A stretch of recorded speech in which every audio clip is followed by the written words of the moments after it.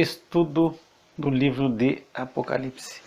Então, eu havia parado no último áudio, no verso 8, e nós estávamos falando sobre os abomináveis, aqueles que Deus abomina. E o nosso Deus não mudou. As coisas que Deus detestava no Velho Testamento, Ele continua detestando no Novo, é a mesma coisa. Nós agora estamos escondidos em Cristo e, através do poder do Espírito Santo, nós podemos alcançar a posição em Cristo que Deus deseja. E Ele nos olha através de Cristo, então essa é a diferença. Mas não é diferente o Deus do Velho Testamento. Hebreus fala que nosso Deus é um fogo consumidor, e é a mesma coisa que o Velho Testamento dizia. Então, muitas vezes as pessoas acham, não, agora está livre para fazer o que quer. Não, nós não podemos usar dessa liberdade que Deus nos dá em Cristo para fazermos coisas erradas. Ao contrário, nós temos que usar a liberdade que nós temos para servir com amor. E aí nós vamos entrar em Gálatas 5, 13, que diz: porém vós, irmãos, fostes chamados à liberdade. Ponto. Nós fomos chamados à liberdade, nós não estamos debaixo da lei, na obrigação de cumprir a lei. Agora Paulo diz: não useis então a liberdade para dar ocasião à carne, mas servi-vos uns aos outros pelo amor. Porque toda a lei se cumpre numa só palavra: nesta amarás ao teu próximo como a ti mesmo. Então aqui Paulo tem uma explicação tremenda. Nós estamos livres da obrigatoriedade da lei. Nós somos chamados à liberdade. Agora nós não podemos usar dessa nossa liberdade para dar ocasião à carne, para viver uma vida de libertinagem, de imundícia. Pelo contrário, nós estamos livres. E aí é uma coisa interessante. Um escravo judeu, ele servia ao seu amo. Por 7 anos, no 7º ano, ele era liberto. Era apregoada a libertação a ele. Mas ele poderia seguir servindo ao seu amo por amor. E aí o seu senhor o levava aos juízes da cidade, e ali num portal era furada a sua orelha. E aí furavam a orelha dele. E aí ele ia ser um servo para sempre. Mas já não era mais um servo por obrigação, agora era por amor. Ele ia seguir fazendo as mesmas coisas, não sei se tu está compreendendo. Só que agora a motivação era outra. Antes ele fazia por obrigação, pela lei, por ele ser escravo, por ele ter sido comprado. Agora ele está fazendo as mesmas coisas, só que a motivação, agora ele faz por amor. Não é mais por obrigação, não é mais porque ele tinha o dever por obrigação, não, agora ele faz por amor. Assim é a nossa vida. Nós não estamos debaixo da obrigação de cumprir a lei como uma escravidão, mas nós vamos fazer as coisas por amor, a motivação mudou. Então eu espero que tu compreenda, não há mudança no sentido de que Deus mudou, e que agora a gente pode roubar, a gente pode matar, a gente pode fazer o que lhe dá na cabeça, o que te dá na vontade tu faz, porque tu está livre em Cristo. Não é isso. Tu é livre, e agora por ser livre tu vai fazer as coisas não por obrigação, mas por amor. Então tu não vai, por amor ao próximo, tu não vai adulterar, tu não vai cobiçar o que ele tem. Ao contrário, tu vai querer que ele tenha mais, porque tu ama ele como a ti mesmo. Então tu não vai roubar, tu não vai mentir para ele, tu vai querer ser tratado como... E tu vai tratar ele como tu queria ser tratado. Então aí mudou a situação. E é isso que Cristo veio nos chamar, a liberdade. Agora, as coisas do passado, agora eu posso viver em fornicação.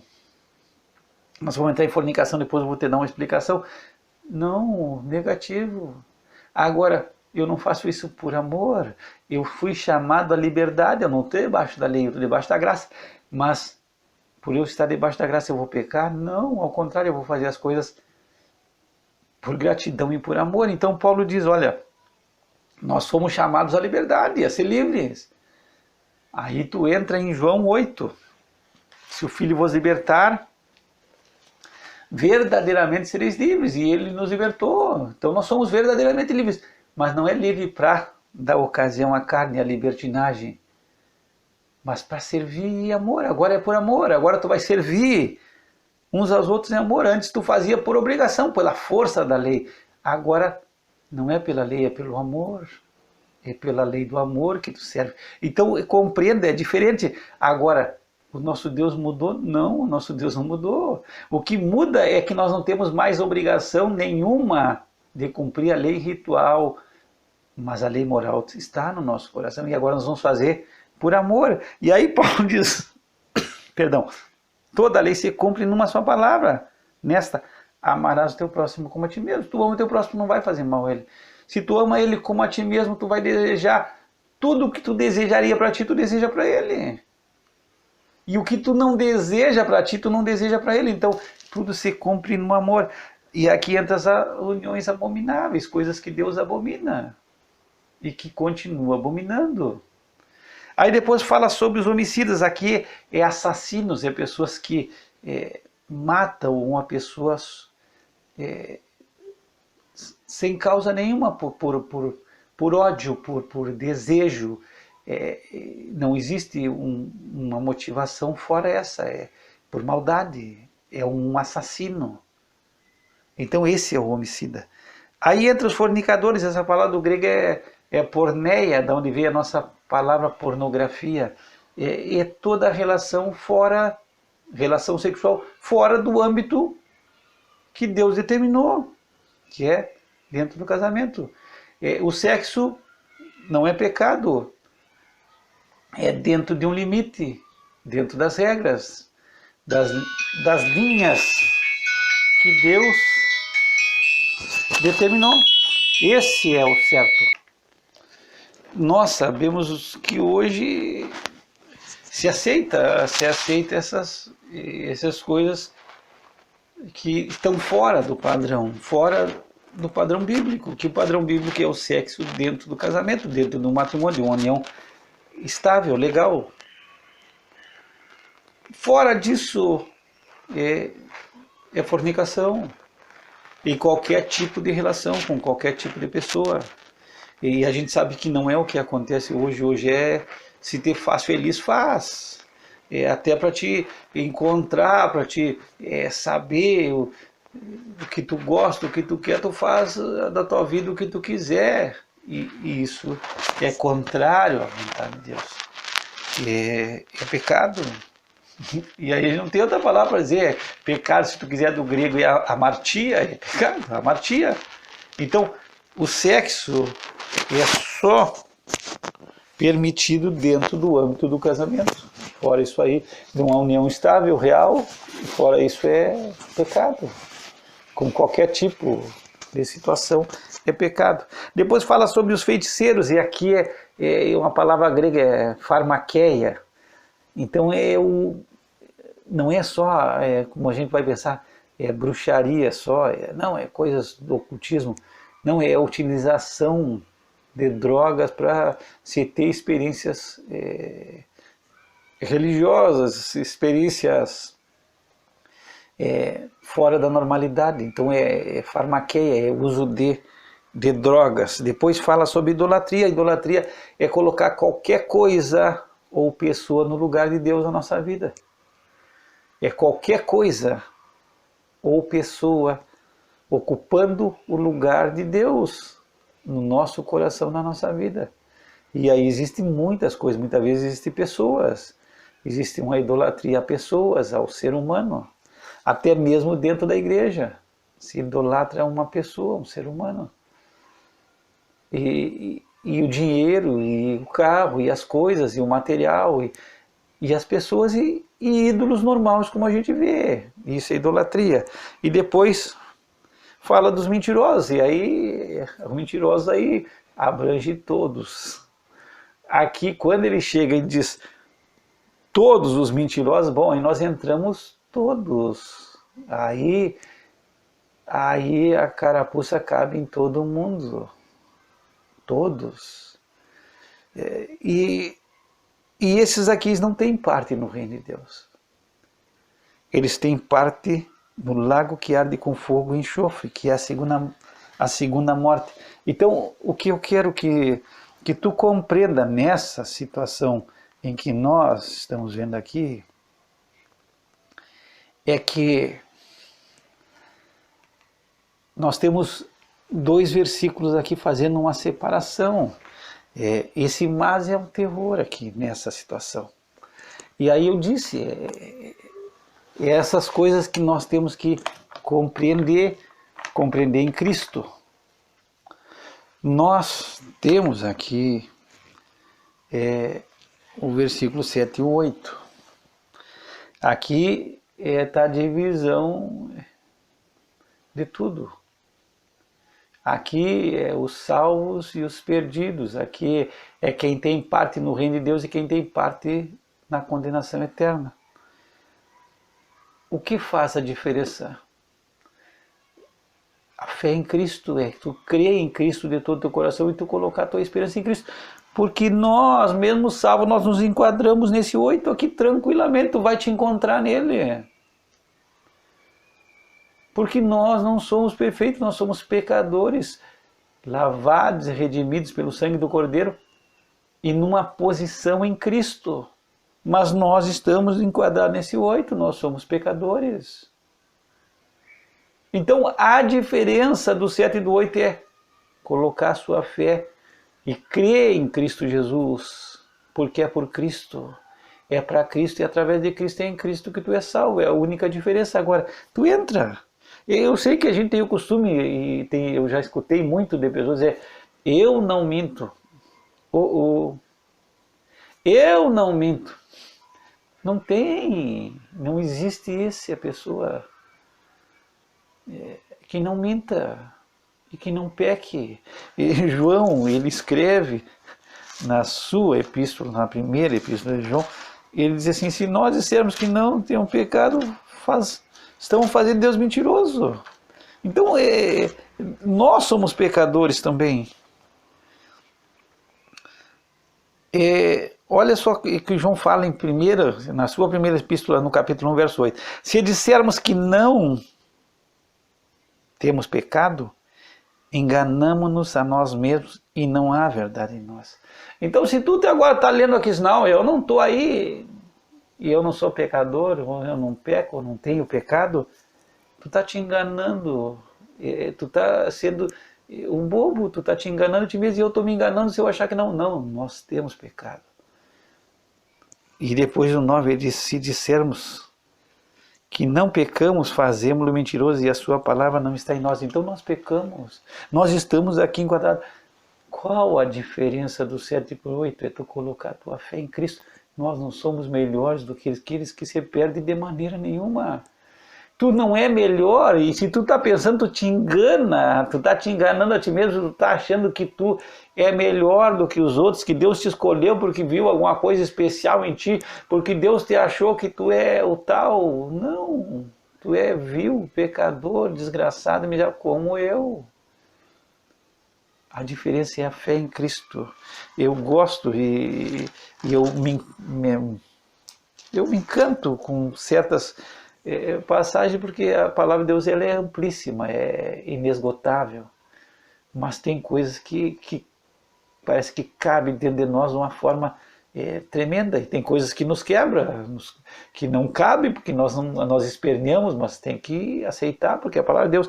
Mas tem coisas que vêm no meu coração, e eu gosto de Gálatas, tem muitas coisas que eu gosto. Gálatas 6, no verso 3 diz, porque se alguém cuida ser alguma coisa, não sendo nada, engana-se a si mesmo. Então, se tu, nesse momento, está achando que tu é alguma coisa, e que Cristo te salvou, e que tu está na igreja, e que aquele que não está, tu é melhor, porque tu é especial, porque Deus te viu, e viu algo em ti que não viu nos outros. Amigo, eu vou te dizer, tu não é nada, tu está te enganando a ti mesmo, não tem nada de especial. Pelo contrário, se tu é salvo, tu vai te enquadrar em 1 Coríntios no capítulo 1, no verso 27, Deus escolheu as coisas loucas desse mundo para confundir as sábias. Deus escolheu as coisas fracas desse mundo para confundir as fortes. Deus escolheu as coisas vis desse mundo e as desprezíveis e as que não são, para aniquilar as que são. Então, eu coloquei na minha Bíblia, se tu quiser, sentir no teu coração, coloca, é tu, coloca, eu coloquei, sou eu aqui do lado. Então, primeiro, é louco, não é sábio. Deus escolheu fraco, não, tu não é forte. Deus escolheu as coisas vistas, tu não é nobre. Escolheu as coisas desprezíveis, tu não é querido. E Deus escolheu as coisas que não são, tu não é nada, tu não é algo, não é. Então essa é a tua posição em Cristo. Mas e aí, quando ele te olha no amado, tu vai para Efésios, no capítulo 1, é bênção espiritual nas regiões celestiais. É espiritual, não é carnal, não é algo material, é espiritual. Pega Efésios 1, verso 6, para louvor da glória da sua graça, pela qual nos fez agradáveis a si no amado. Ele te fez agradável no amado. Agora, lembra, anota aí na tua Bíblia, por amor do Senhor Jesus Cristo, te rogo, escreve 1 Coríntios aí, esse que nós lemos 1:27 agora, e coloca, se tu puder ter, coloca, é tu, sou eu, é desprezível, tu não é nobre, tu não é nada, tu não é sábio, tu não é forte, tu é totalmente o contrário. É esse, por isso que Deus te escolheu, porque tu não tem glória nenhuma, toda a glória de Deus. Então essa é a grande diferença do 7 para o 8. E aqui nós vamos encontrar daqueles que estão perdidos e que não colocaram a sua fé em Cristo. E quem sabe eles são sábios. Aí vão entrar em Romanos 1, dizendo-se sábios, fizeram-se loucos. Muitos se dizem sábios. E é interessante essa parte. Você crê muito em qualquer história que se inventa e que você fala que vai contrariar a Bíblia, as pessoas pegam como sabedoria. Você levantou muitos livros, evangelhos que surgiram depois da formação do cânon bíblico. Você fala do tal do Evangelho de Judas, o Evangelho de Filipe, e muitos outros livros que surgiram, e que se diz que algumas pessoas leem e dizem, não, aqui contradiz a Bíblia. E tem tanta teoria, mas são coisas loucas, coisas que não têm respaldo na palavra.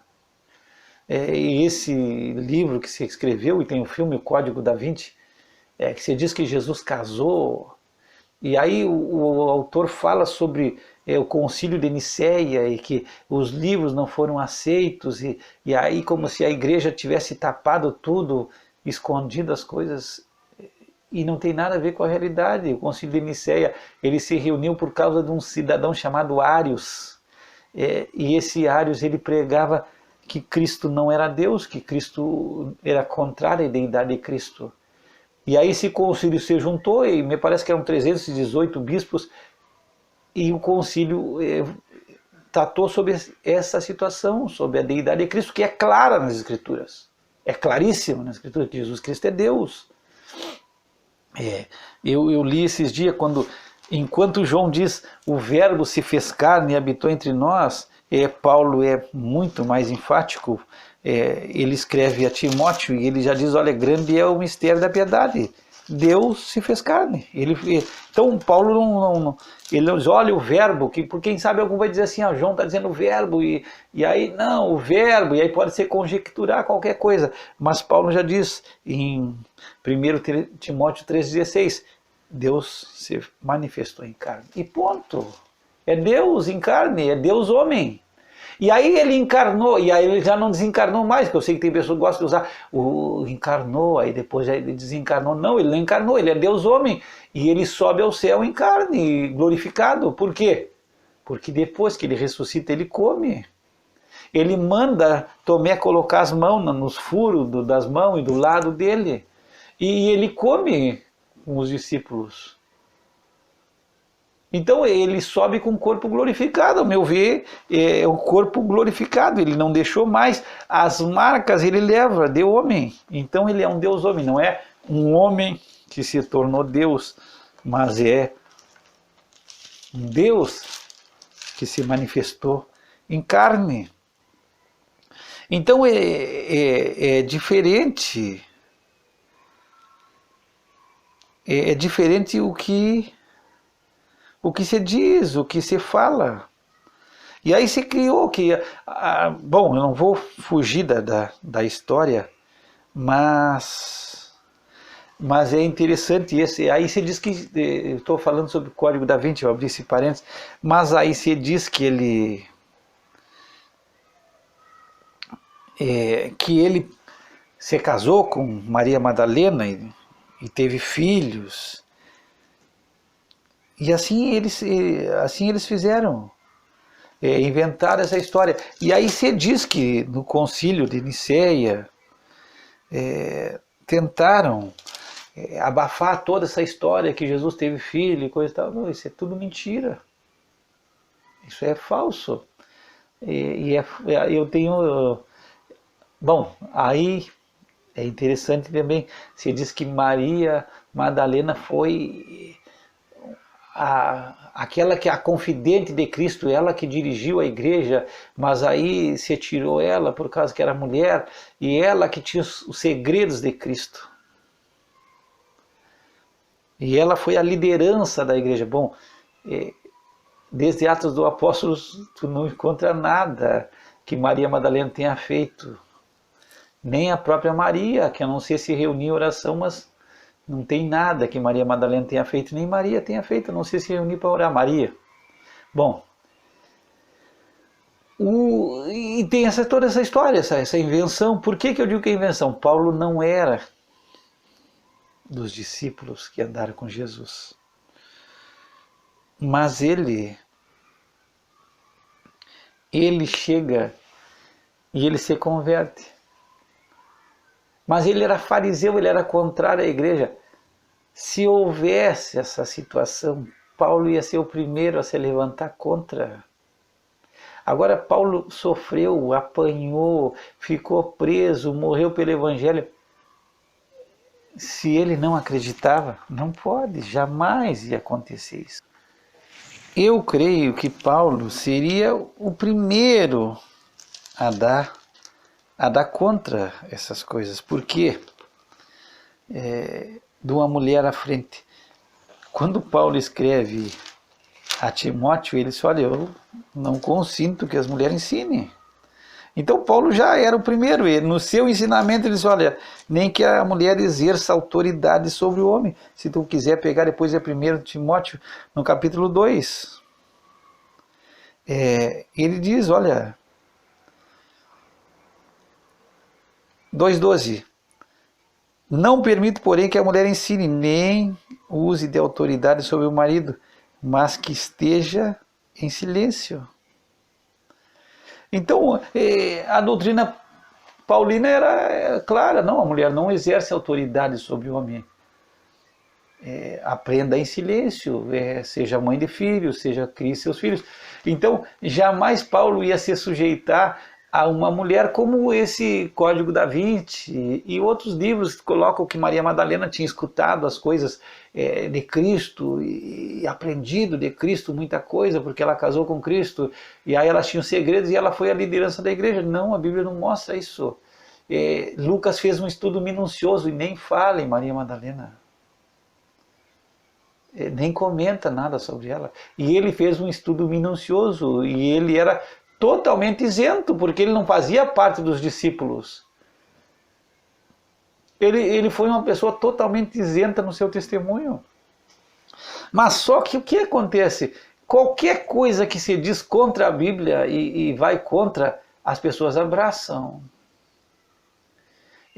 As pessoas, eu já vi relatos de pessoas que nós cremos na evolução, na teoria da evolução. E por quê? Porque não tem outra coisa que se crê. Porque se tivesse outra coisa, se cria. Tanto que seja contra Deus, se aceita.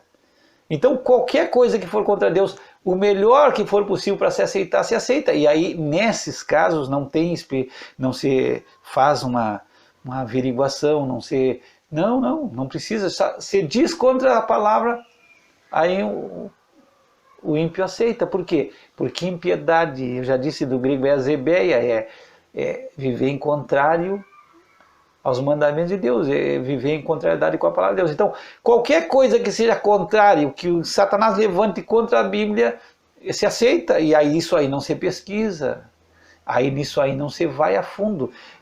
Agora esse código da Vinci, o cara falou, ele disse que Jesus casou e não sei o que, e Maria Madalena, poxa, e aí, viu?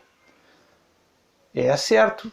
Se aceita a história dele, e aí ele falou do conselho de Nicéia e que não tem nada a ver, e era por causa de Ários, e um cara que pregava coisas erradas, que foi declarado herege, e aí você diz que o concílio de Nicéia houve no concílio, na votação, houve igualdade, que quase que vence, não. E você diz que eu escutei já em estudos, que eram 318 e só 2 deram contra, os outros foram todos unânimes contrário ao que Ários pregava. E aí tu diz o que Ários pregava? É o que os testemunhos de Jeová dizem. Eles são arianos, eles não creem na deidade de Cristo. E alguns creem que naquela época Jesus era um espírito, porque a carne era má. O gnosticismo dizia que toda a carne era má. Então eles criam que Jesus não veio em carne. E João disse, não, olha, esse é o espírito anticristo. Jesus veio em carne, ele encarnou, ele é Deus encarnado. Só que aí ele não desencarnou mais. E essas são as coisas importantes. O gnosticismo, então, você cria que Jesus era um espírito que ia vagando de corpo em corpo, mas que ele não tinha um corpo real. Então são todas heresias, crenças heréticas. E essas heresias, elas se propagam. Então ele encarnou, é Deus encarnado, não é um espírito que andava de corpo em corpo. Não, ele encarnou e ele não desencarnou mais, ele sobe ao céu com o corpo glorificado. Se tu pegar Lucas, ele diz, olha, eu não sou um espírito. Pega Lucas 24, 39, diz, vede as minhas mãos e meus pés, que sou eu mesmo. O Pai me vede, pois um espírito não tem carne nem ossos, como vedes que eu tenho. Então, ele não desencarnou mais. Eu sei que tem o pessoal gosta de dizer, encarnou, desencarnou. Desencarnou não, esse foi o único que encarnou porque ele pré-existia. Nós não pré-existíamos, nós nascemos. Mas ele encarna, é Deus. Paulo diz, Deus se fez carne, ele encarnou. Só que ele não desencarnou mais, por quê? Porque ele diz, olha, eu estou aqui, o espírito não tem carne e osso, vocês estão vendo que eu tenho carne e osso. E aí Jesus, não vendo que eles estavam maravilhados, porque eles não criam por causa da alegria, Jesus assim, vocês têm algo para comer aí? E aí Jesus comeu, tomou e comeu diante deles. Então, nesse corpo glorificado, ele sobe com o corpo glorificado, com carne e osso para o céu, e ele penetra o céu, Deus homem. Ele volta ao céu como Deus homem.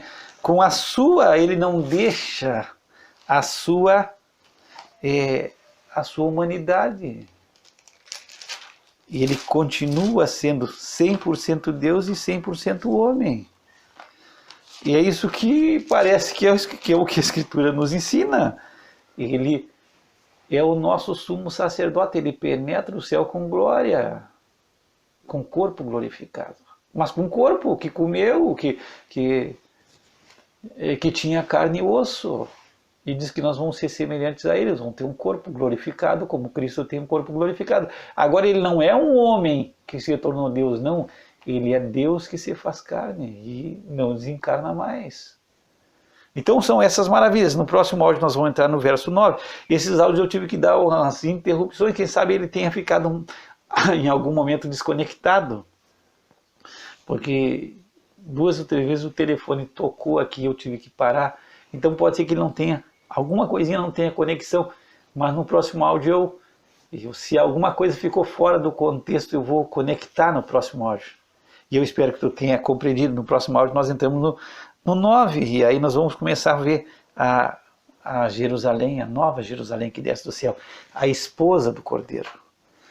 Pai, nós te damos graça pela tua santa e bendita palavra que fala ao nosso coração, que ministra a nossa vida. E nós queremos aprender mais e mais de ti. Que tu seja glorificado em Cristo Jesus. Que o Senhor te abençoe e te guarde, que o Senhor faça resplandecer sobre ti o seu rosto, tenha misericórdia de ti. Que o Senhor levante seu rosto sobre ti e te dê a paz. Graça e paz da parte de Deus nosso Pai e do Senhor Jesus Cristo.